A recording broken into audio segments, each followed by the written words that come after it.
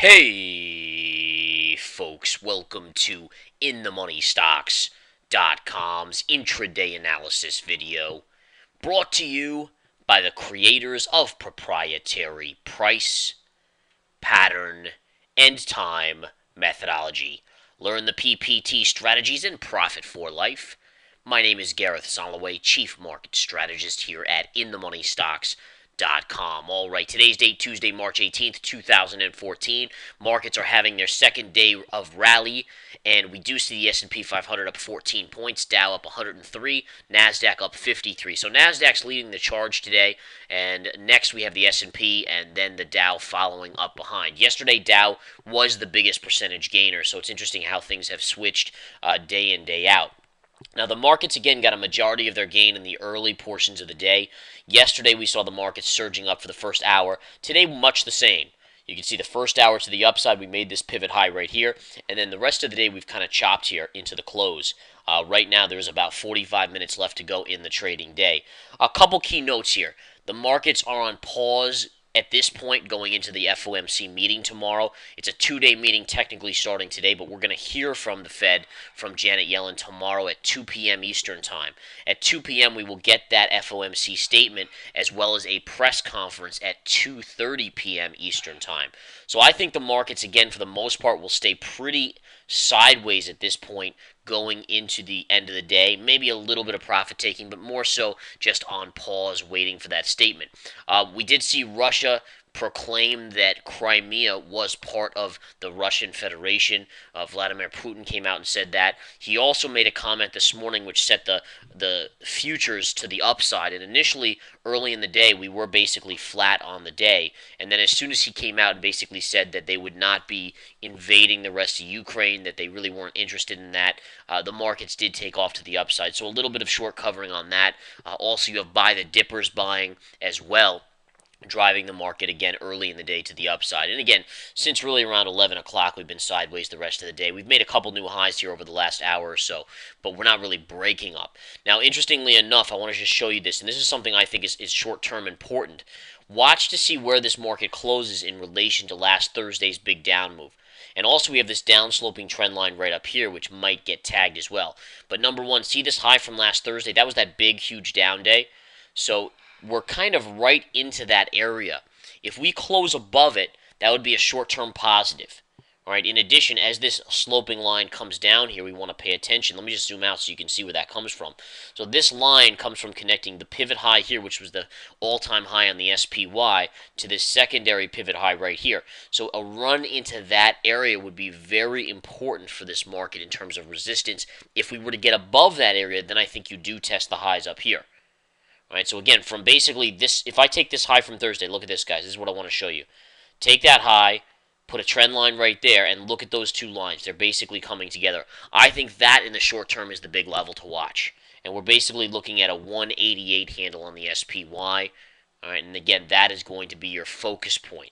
That's going to be your key level. That's about 180, 179, 1880, 1879 on the S&P 500.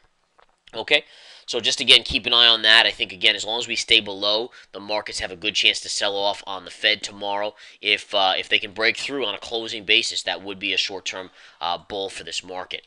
A couple other things to go over here. Today we are looking at stocks that are performing decently. One thing I think is interesting to note, JP Morgan and the financials are lagging. Take a look at JP Morgan here today. All right, this is not a chart that you would perceive of a leading stock when the markets are having a great day. All right, and again, JPM up 0.65%, while the S&P is up more than that, so it's lagging the markets.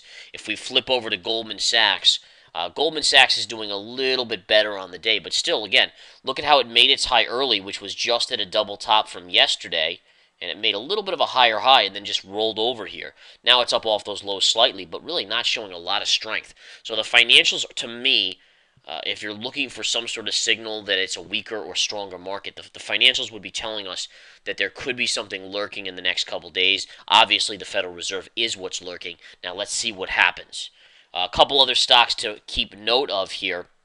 We do see Apple trading up today, but remember what I always say to you guys: Apple is neither, it's not a growth stock anymore. So when the markets are up significantly, Apple is going to be lagging. And Apple's a tech stock, so you want to relay that to the NASDAQ. The NASDAQ right now is up over 1% on the day, and this shows us that Apple is lagging once again, only up 0.9% on the day. It's not a huge lag by any stretch, but this is the disparity now you're going to start to see. And this goes on the other side too, where if the markets, let's say, drop 5%, my guess is Apple would only be down 4 or 3% on that span. Okay? So just kind of an interesting little factor there. Yahoo yesterday had a great day up on Alibaba, and the IPO going to be in the U.S. And then notice today kind of stalling out just a little bit. In fact, it's rolling over just a little bit. But look at how kind of sideways it's been, and now it's starting to get a little bit of weakness. And again, towards the end of the day, markets may come in just a tiny bit because of the aspect of profit taking ahead of the Fed tomorrow. So something just to kind of monitor in that respect. Chevron today, CVX up $1.41, up 1.23%. Nice day on that.